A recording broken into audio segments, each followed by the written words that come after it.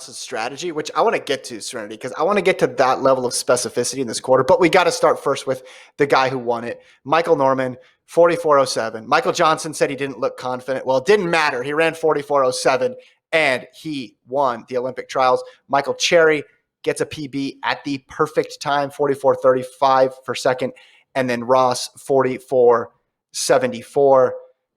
Let's go first to you, Gordon. Watching this race, did you think that this was, textbook vintage Michael Norman that we saw? Yeah, I mean, I know we kind of created Norman into like this dominant figure before he's actually done anything dominating, but this was what we expected, and I think like he did what he needed to do. I think he's really more thinking about peaking in Tokyo than he is about peaking in this race. I think this 44.0 is kind of going to send signs that I think when we get to Tokyo in that final, he will be in the 43 mid to mid-high shape to win an Olympic gold. I think we're just slow. I'm just really impressed what he did in 2020 with the short sprints. I think he's ready to go here for this to really kind of put the 2019 injury bug behind him and kind of just be really focused on this 400 and get ready to peak in August as opposed to peaking in June. And he is declared in the 200. I guess we'll find out in the post-race press conference if he's going to scratch that. But, hey, maybe we get Michael Norman also in that 200. And then we have Norman, Curley, Laird, Lyles, etc. That'll be fun. Please do it. Serenity, what were your thoughts? I was very surprised.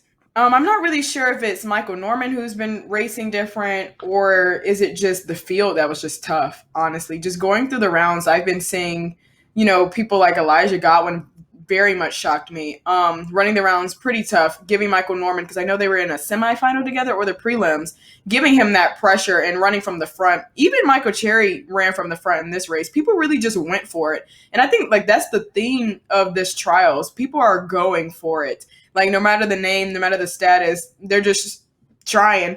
And honestly, I think that he's going to be a pretty big contender for the 200 also. The 200 is stacked. Like, we just need to say that. we just need to say that. We just want to talk about the 200. The 100 and the 400 were tonight. We're like, old news. Let's start talking about the 200. Did his race plan look pretty similar to Felix's to you, Serenity, with the aggressive first 100 and then the aggressive last 100? Because he had some work to do in the last 100 there. It's not like he just blew out the field, but the ending margin looked pretty significant. What did you think about, each 100-meter segment for Norman? Scared me. It scared me. He got out like a beast. He got out crazy. But I don't necessarily believe that coming around for the last 100 like that is on purpose. Honestly, I've been in a situation where it's kind of like oh shit, oh my God, like I'm in the back, let me run, like let's do it, like we're waking up now. And I think that's pretty much what he went through, because he's like, Cherry is going for it, I need to go for it, I need to make this team. We need to catch this Elijah guy who's been hanging on to us for all the rounds. So I think that it was a very interesting race strategy. But like I said, I don't remember him racing like this all the time. So it must be that his competition got stiffer, or he is just finally starting to get into his groove. I don't want to say that he has not been acting the same, because he just made the Olympics. But he's finally starting to get back in his groove. And I think it's just the competition that's stiffer this year that has made his race strategy look a lot different. Mm-hmm. Yeah, I think that he's just being a little more cautious, a little more long-term oriented. And that's just, I haven't asked him about it. It's just speculation on how he's been running, because 2019, he runs the 43.45 at Mount Sac in April. And you're like, oh my God, he's going to break the world record by May. Like, this is over. He's going to own this event for the next decade. And then we saw what happened with the injury. And perhaps they're like, okay, we don't need the 43.45 in April. What we need is the 43.45 in July and August. That's when we need to do it. And everything is working towards that. And I think there's a few people at these trials, that I don't want to say are training through it, but are very confident in their ability to make top 3, and their eyes are still on Tokyo.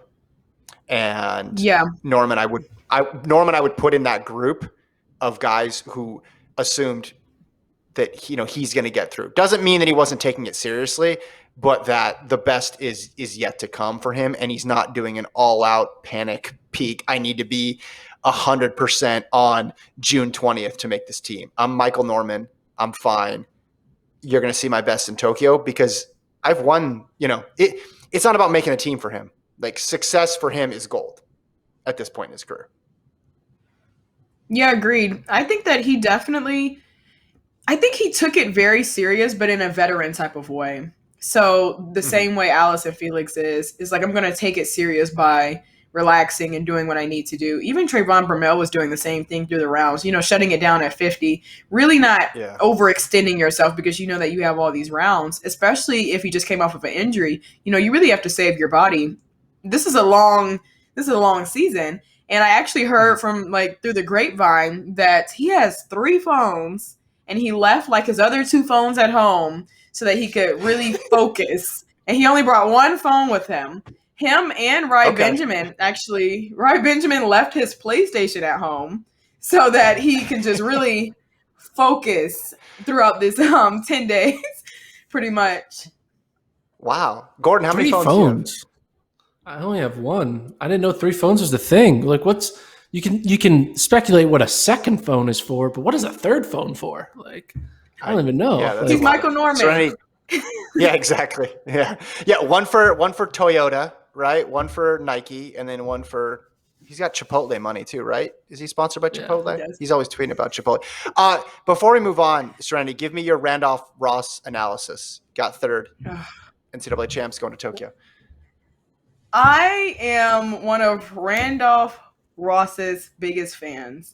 Even at nationals, the way I think relaxation is just key, which is crazy to say because it's relax at Olympic trials. No, we can't. We have to go hard. We have to go hard. But he really trusts himself. But honestly, him running through these rounds, he almost gave me a heart attack. Nothing was smooth. Seeing him be very smooth at NCAAs and then coming here and it's kind of is he in it? Is he in it? Is he in it? Oh no, I have to wait until the results post because he decided to really catch up the last 50. The race strategy was very interesting to me. He had all of the best people to the inside of him, so that can be very hard running from the outside.